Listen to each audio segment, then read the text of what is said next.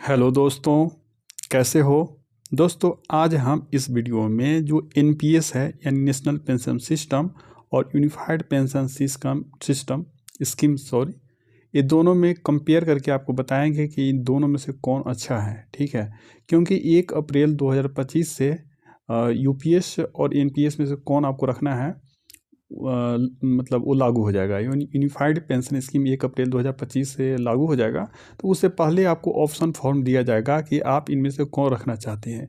जो रखेंगे उसी के अनुसार आपका कंट्रीब्यूशन होगा। ठीक है, और एक बार आप जब सेलेक्ट कर लिए तो वो फाइनल हो जाएगा, वो बाद में कभी चेंज नहीं होगा। ठीक ठीक है दोस्तों, अगर आपने एक बार यूनिफाइड पेंशन स्कीम चेंज कर लिया, मतलब चूज कर लिया, तो बाद में आप अगर सोचेंगे कि नहीं फिर से एनपीएस रखना है, तो वो नहीं हो सकता। ठीक है, क्योंकि यूनिफाइड पेंशन स्कीम के गाइडलाइंस में साफ साफ लिखा हुआ है कि एक बार आपने सेलेक्ट कर लिया तो फाइनल हो जाएगा।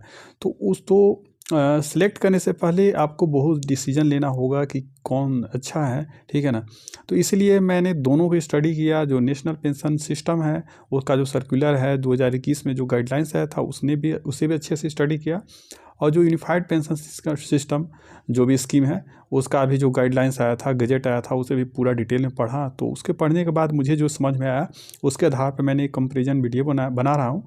तो चलिए इसे शुरू से अब अंत तक देखिएगा। ठीक है, तो इसमें हम क्या क्या देखेंगे, लेंथ ऑफ सर्विस और पेंशन, यानी पेंशन के लिए कितना मिनिमम ड्यूरेशन होना चाहिए, लेंथ ऑफ सर्विस, तो दोनों में क्या है। ठीक है, वो आपको बताएंगे कि लेंथ ऑफ सर्विस भी बहुत ज़रूरी है दोस्तों। ठीक है, और उसके अलावा अमाउंट ऑफ पेंशन, जब आपका रिटायरमेंट हो जाएगा तो किस में ज़्यादा आपको पेंशन मिलेगा। उसके अलावा किस में ग्रेच्युटी मिलेगा, एनपीएस में ग्रेच्युटी मिलेगी, यूपीएस में मिलेगी, या दोनों में मिलेगी। उसके अलावा एश्योरिटी ऑफ पेंशन, या किस में पेंशन का आपको एश्योरेंस मिला, वो भी आपको बताएंगे।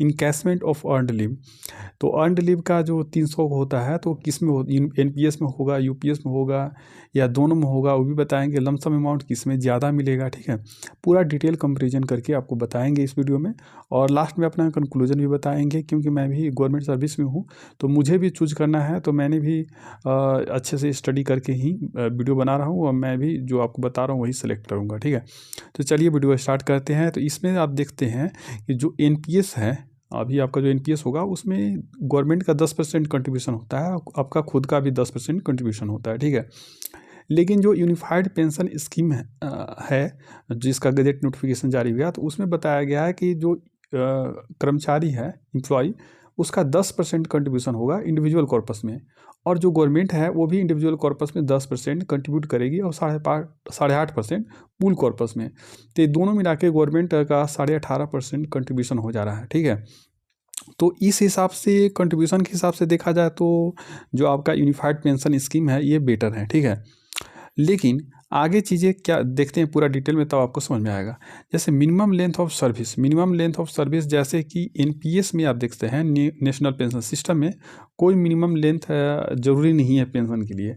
आपका 2 साल सर्विस हुआ है, 3 साल सर्विस हुआ है, अगर उसके बाद आपको कुछ हो जाता है, ठीक है, या आपको इनवैलिडेशन के कारण आपको रिटायरमेंट दे दिया जाता है, डिसेबिलिटी के कारण दे दिया जाता है, ठीक है, किसी भी कारण से, तो उस केस में आपको फैमिली को, या डिसेबिलिटी वगैरह केस में आपको खुद को पेंशन मिलेगा। और जो एनपीएस है, नेशनल पेंशन सिस्टम, उसमें जब से ही आप ज्वाइन करते हैं तो आपको एक फॉर्म 1 दिया जाता है। उस फॉर्म 1 में एक ऑप्शन फॉर्म रहता है कि जैसे फॉर्म 1 में 2 ऑप्शन रहते हैं कि ओल्ड पेंशन स्कीम और न्यू पेंशन स्कीम। तो उसमें क्या है, उसमें दिया रहता है कि किसी स्पेसिफाइड जो परिस्थिति में, किसी विशेष परिस्थिति में उसमें दिया रहता है, जैसे कि अगर डेथ के केस में, अगर आपका डेथ हो जाता है जॉब लगने के कुछ दिन के बाद, या उसमें है कि इनवैलिडेशन ऑफ सर्विस, या है कि डिसेबलमेंट।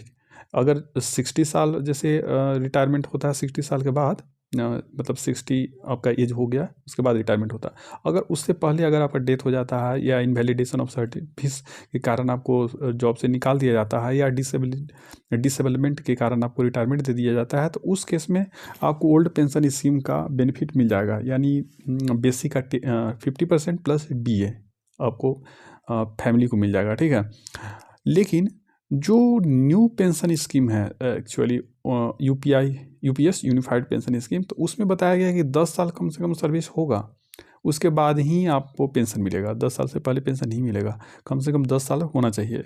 लेकिन एनपीएस में ऐसा कुछ नहीं है, तो इस हिसाब से एनपीएस बेटर है।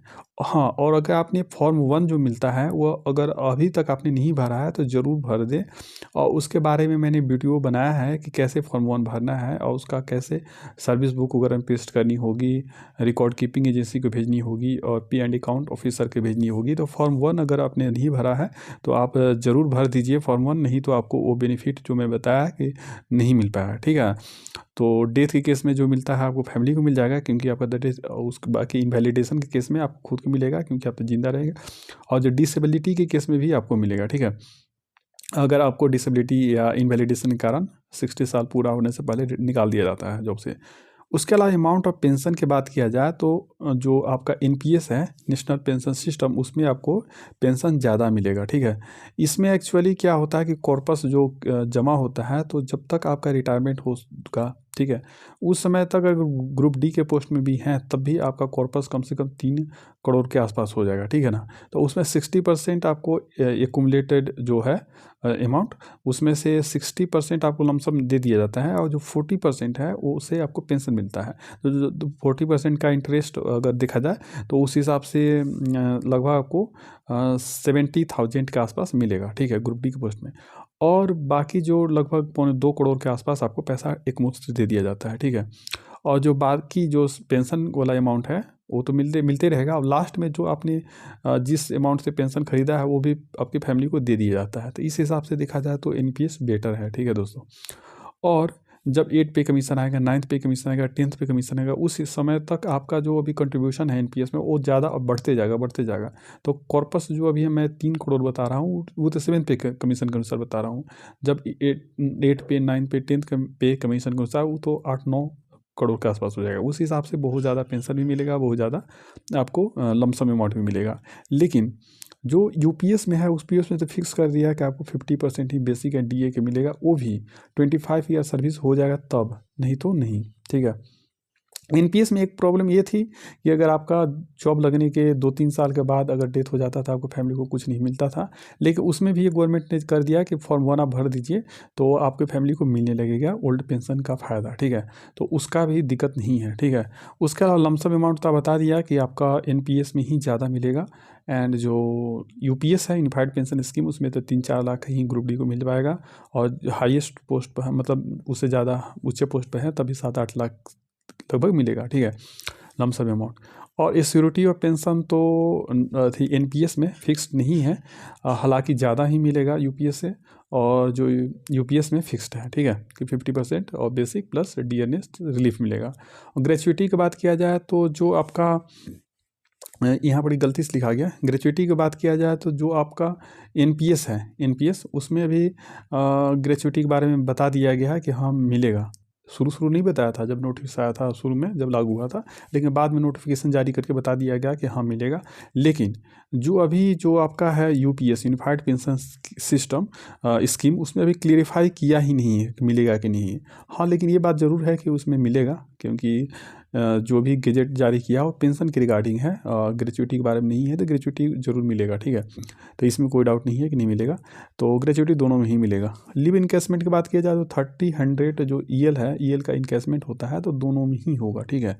उसके अलावा इंश्योरेंस जो भी आपको पैसे कटते हैं, जैसे कुछ डिपार्टमेंट में EGIS कट के 30 रुपया या पोस्ट वाइज कटते हैं, उसी तरह से किसी डिपार्टमेंट NGTIS के कटते हैं। तो वो दोनों में जब आपके पैसे खुद कट रहे हैं तो इंश्योरेंस का भी आपको फ़ायदा ज़रूर मिलेगा, ठीक है। तो इस हिसाब से, हमारे हिसाब से यूपीएस का एक ही बेनिफिट है कि उसमें अभी सिक्योरिटी ऑफ पेंशन है, और जो एनपीएस में मार्केट पर डिपेंडेंट है। लेकिन फिर भी हमारे हिसाब से एनपीएस बेटर है, ठीक है। लेकिन एनपीएस से बेटर तो ज़रूर है, लेकिन अगर आपने फॉर्म 1 नहीं भरा है तो उस केस में आपको प्रॉब्लम हो सकती है। क्योंकि अगर आपका मान लो, भगवान ना करे कि कभी आपका डेथ वगैरह हो जाएगा तो आपको फैमिली को नहीं मिलेगा कुछ। लेकिन अगर आपने फॉर्म 1 भर दिया है, आप एनपीएस में या फॉर्म 1 भर दिया है, तो उस केस में आपको चिंता करने की ज़रूरत नहीं है। क्योंकि आपका भले ही एनपीएस अकाउंट में 2 लाख 3 लाख ही पैसा जमा हुआ हो, उससे इंटरेस्ट 1-2 हज़ार ही आ पाएगा, लेकिन ठीक है। लेकिन अगर आपने फॉर्म 1 भर दिया है तो ओल्ड पेंशन स्कीम के तहत आपके फैमिली को बेनिफिट मिलेगा, ठीक है। तो इसलिए आप ओल्ड पेंशन स्कीम के तहत बेनिफिट अगर लेना चाहते हैं एनपीएस में तो फॉर्म 1 जल्दी से भर दें, ठीक है। भर के जमा करवा लें, रिसीविंग ले लें और एश्योर हो जाए कि आपका सर्विस बुक में उसे चिपका दिया गया है, एक कॉपी P&A अकाउंट ऑफिसर को भेज दिया गया है, एक कॉपी रिकॉर्ड कीपिंग एजेंसी को भेज दिया गया जो एनपीएस का रिकॉर्ड कीपिंग एजेंसी है। और इसके बारे में डिटेल से जानना चाहते हैं तो मैंने एक चैनल पर वीडियो, मेरे चैनल पर ही हम जो ओल्ड पेंशन स्कीम का फ़ायदा कैसे लें एनपीएस के एम्प्लॉय, उसके बारे में मैंने वीडियो बनाया है, उसे जाके ज़रूर देखें। अगर फिर भी कोई डाउट है तो कमेंट करके पूछिएगा, ठीक है, बेझिझक। तो हम आपका कमेंट जो देखेंगे और अगले वीडियो में उसे आंसर करने की कोशिश करेंगे, ठीक है फ्रेंड। तो अगर वीडियो पसंद आए तो इसे लाइक करें, चैनल को सब्सक्राइब करें and share this video to your friends and relatives and comment करके बताना कि अगला वीडियो आपको कौन से टॉपिक पर चाहिए। Thank you.